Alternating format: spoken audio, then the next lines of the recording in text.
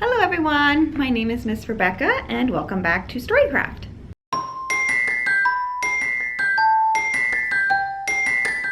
So today we're going to be reading a book called I Am Small by Qin Leng.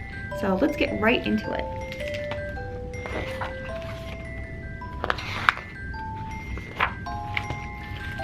My name is Mimi. I am very small. I might as well be called Minnie. It's true. Look how small. At home, Daddy, Mommy, Nicholas, and Marie are all taller than me. So is Gus, our dog. Even the dog is smaller than her. My goodness. It's the same thing at school. All my friends tower over me.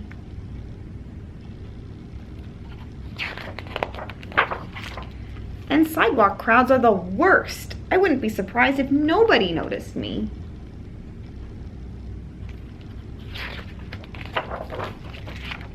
Being small really bugs me. When will I grow big enough to take up as much space in the world as everyone else?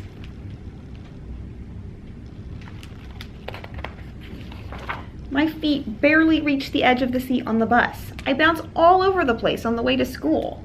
At Olivia's bakery, I can't even see all the pretty desserts in the display case. Just imagine the trouble I have picking the nicest cake.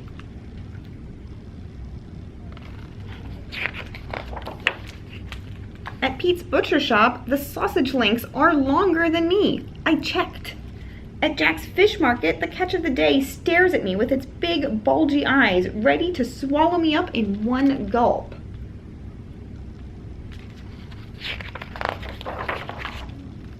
And in class, I can only reach the bottom of the blackboard. It's annoying, especially when I have a lot I want to write. Why are you complaining? Remy asked me the other day. You always get first in the cafeteria line, and you get the biggest piece of cake. When I try to hurry to the front of the line, I end up bumping into everyone, he said.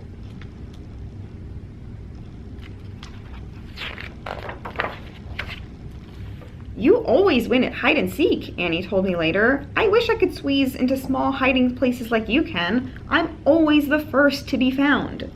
And you're always in the front row for class pictures, Celeste added. I have to stand in the back, even when I wear my favorite shirt, the one with the funny Yeti. You can only see my head.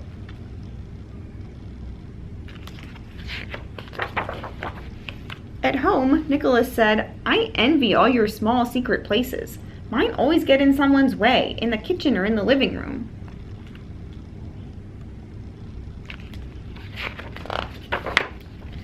But they just don't get it. I'm frustrated because they can do a lot of stuff that I can't because I'm so small. Isn't it obvious?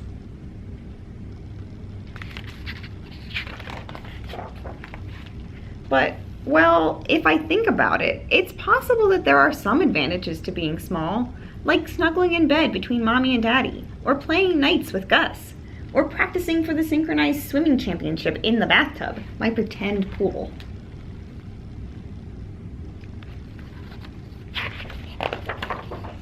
One day after school, Daddy comes to get me. He's all bright-eyed and smiley. There's a surprise at home, he tells me. A surprise? I love surprises. What could it be?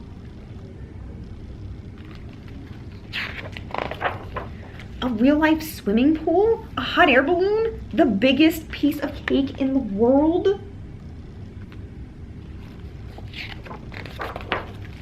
When we get home, I throw my bag on the floor and run to my room.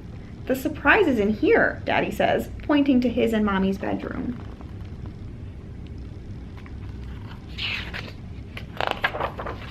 At first, I don't notice anything. Then I see him, all pink and a little wrinkled like me when I stay in the bathtub too long.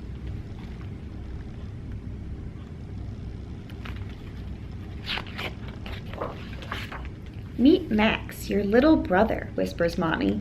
He's super small, I say. Of course, he's brand new, Mommy says. You started out like this too, you know. Very small. And look at you now, a big sister.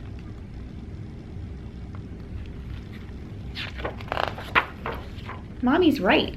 So, whispering carefully because Max's ears are also very small, I tell him, just be patient. One day you'll be big too.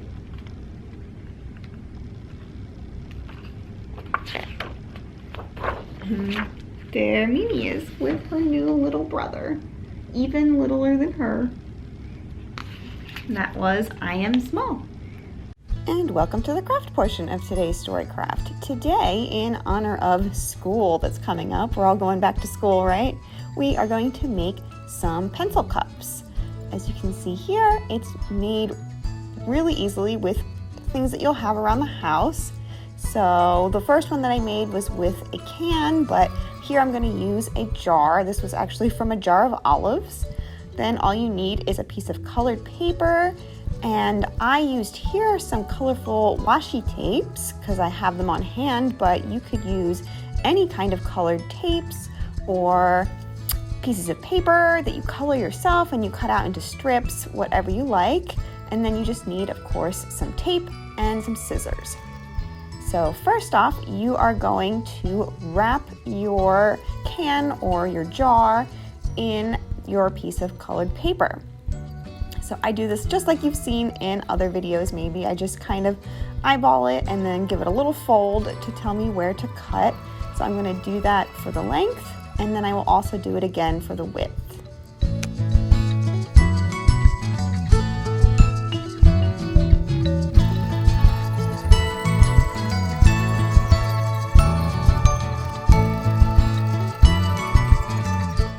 There we go. So I've got the length cut out, and now I just want to measure it for width. And I'm not covering up the entire jar because I kind of like the design at the bottom of the jar here, and I didn't want to cover it up. Plus there's some like bulgy areas that would make it a little odd to try to cover up. So instead I'm just going to put it exactly where its original label was. And also you'll notice, since I'm just going to be covering it up with this paper, you don't really need to be super clean about taking the label off. Or, I mean, if you want to not take the label off at all, you can totally do that as well. And so I'm just wrapping up my piece of paper, making sure it's kind of even, and then I'm going to tape it down. And you'll also notice that I wasn't super accurate about how I cut my piece of paper. And you can see it's actually left a little bit of unevenness around the top in particular, and that's totally fine because we're going to cover that up.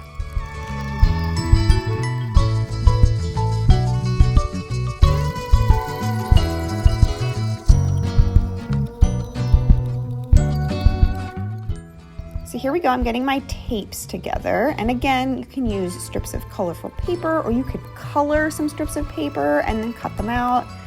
If you have even some duct tape, some colorful duct tapes. So we have some of those at the library as well. But if you have some of those at home, you can use that. It's whatever you have on hand. And if you don't have any tape or you don't want to use paper, you can even use something else. Something like pipe cleaners or string or whatever you like. And it doesn't have to be strips either. This is just my design and how I wanted to design it. But you could cut out shapes or designs, patterns, something like that, and you could tape them all on or paste them all on, or you could draw on top of your colored paper here that I have wrapped around my jar and do a design that way. It is 100% up to your creativity. So you can see here that I'm wrapping up my first tape, and I'm trying to get it as even as possible here because this is where it's going to make the difference. And this is exactly why you don't really need to worry too much about getting your construction paper even, because you're just going to want to make your tape really even. And it's going to cover up any of the imperfections. Alrighty, so I have my top piece of tape stuck down, and now I'm just going to do my bottom piece of tape.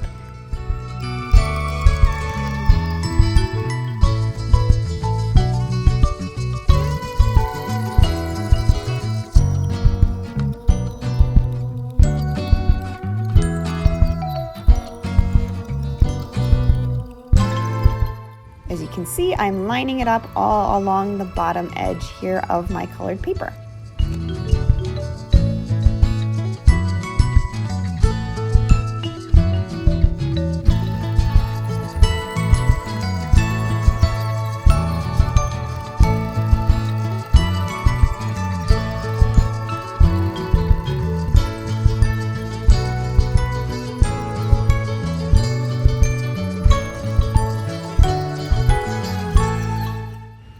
to get a nice even line, instead of ripping the tape, I'm cutting it to make it nice and straight.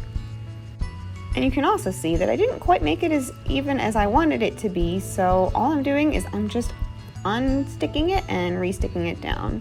It's pretty easy to do with washi tape. It might be a little bit harder if you're using duct tape. It should be super easy if you're using paper. But no worries if you mess up a little bit. I'm sure whatever you come up with will be perfectly fine and beautiful.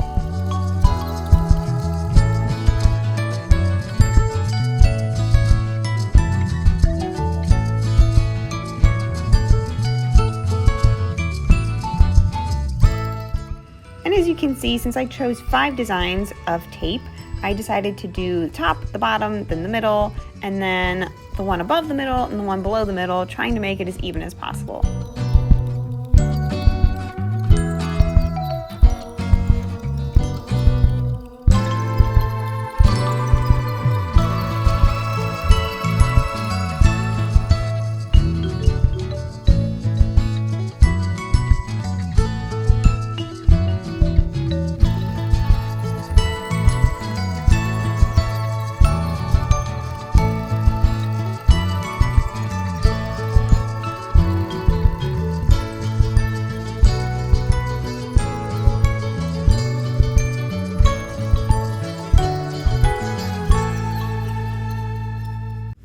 And there we go, look how pretty. I really like this craft, and it's super easy to do, and it turns out really nice. You can bring it to school with you, you can use it on your desk at home, you could use it to store something else. I just think it's really pretty. So I hope you enjoyed this week's StoryCraft. StoryCraft will actually be going on a little bit of a hiatus, and next time it might be somebody else making them for you. And I hope you enjoyed theirs just as much as you enjoyed mine. So whenever StoryCraft is able to come back, I hope we'll see you there. Bye-bye.